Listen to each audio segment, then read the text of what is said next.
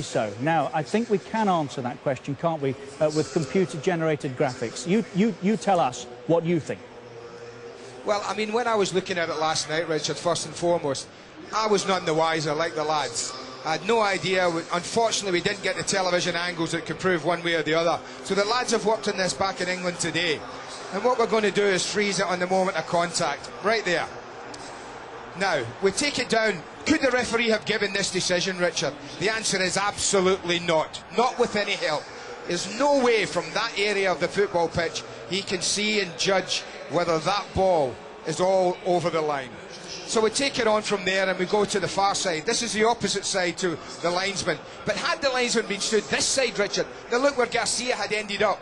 He's away, he thinks it's going in, he's blocking any view that the linesman who, had he been on this side, would have had. The ball would have to have been clearly over the line, as you see, past Garcia's body. So let's take it over the top now. Here we go. Isn't the nation going to be talking about this tonight? Not in. We see it there. It's not in.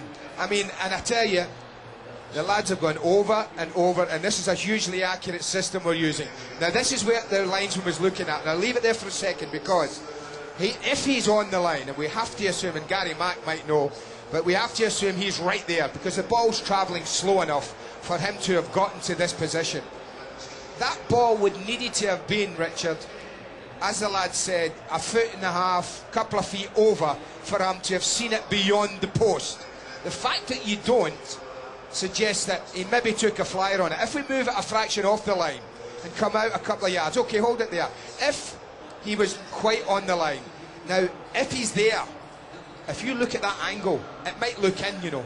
It might look in from where he is. So a lot of it depends, and again, unfortunately, we don't have the angles to prove it, where the linesman was actually stood.